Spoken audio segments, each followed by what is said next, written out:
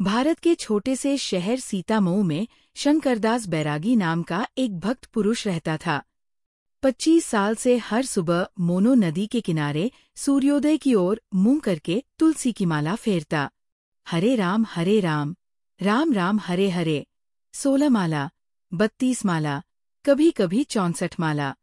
फिर भी मन शांत नहीं होता था। धन नहीं बढ़ता था। चेहरा उदास ही रहता।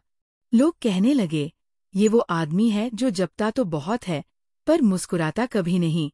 एक शाम अताकपामे के पास एक पुराने बरगद के नीचे घाना से आए बूढ़े साधु मावलोलो जी मिले। उनकी आंखें कौड़ी सी चमकती थीं। आवाज में ताड़ी की मिठास थी। वे शंकरदास के पास बैठे और प्यार से बोले, बेटा, इतना जपते हो, फिर भी फल नहीं लग रहा ना? कारण जानते हो? शंकरदास ने सिर झुका लिया। बाबा, दशकों से जप रहा हूँ। वोल्टा नदी के ऊपर जितने तारे हैं, उससे ज्यादा मालाएं फेर चुका, फिर भी कुछ नहीं बदलता। क्या नाम में ताकत नहीं है? साधु जी हल्के से हंसे। नाम में ताकत नहीं है? अरे पागल, नाम तो भगवान से भी बड़ा है। हरि तो सर्वत्र है, पर प्रेम से ही प्रकट होते हैं।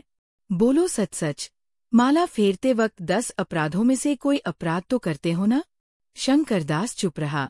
साधु जी ने लाल कपड़े में बंधी एक छोटी हस्तलिखित पुस्तक निकाली। वैष्णव संतों की वाणी, घाना के किसी गांव के आश्रम में हाथ से लिखी हुई। धीरे धीरे पढ़ने लगे। सुनो शंकरदास, नाम के 10 अपराध ये हैं।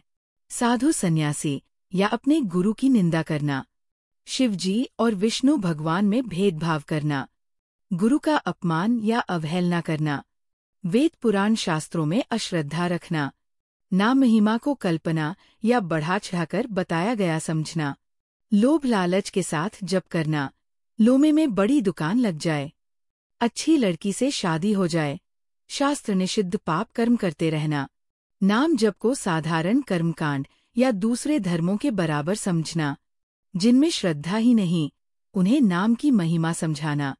इतना सब सुनकर भी मन में श्रद्धा न लाना और भौतिक सुखों में ही लिप्त रहना। शंकरदास की आंखें खुली की खुली रह गईं। बाबा, मैं तो रोज कम से कम 4-5 अपराध कर ही लेता हूँ। साधु जी मुस्कुराए। इसलिए फल नहीं लगता बेटा। 10,000 नाम सूखे मन से जपो तो शून्य, एक नाम आंसुओं से जपो तो 10,000 का फल। देखो प्रहलाद को, माँ के गर्भ में था, फिर भी राक्षस मार न सके, क्योंकि दिल प्रेम से भरा था। देखो ध्रुव को, एक पैर पर खड़ा था, पर दिल सिर्फ नारायण पर। देखो शबरी को, आधे खाए बेर दिए, फिर भी राम दौड़े चले आए। और वृंदावन की गोपियाँ देखो, हर सांस कृष्ण नाम में डूबी थी। शंकरदास ने पूछा, बाबा, श्रद्धा चाहिए, प्रेम चाहिए, पर मन तर्क करता है। इतने साल जपे, कहा हुआ कुछ? अब क्या करूं? साधु जी ने हाथ उसके सिर पर रख दिया। जपते रहो। श्रद्धा चूजे जितनी भी कमजोर हो, जपते रहो। नाम दयालु है। नाम खुद श्रद्धा जगाएगा, प्रेम जगाएगा।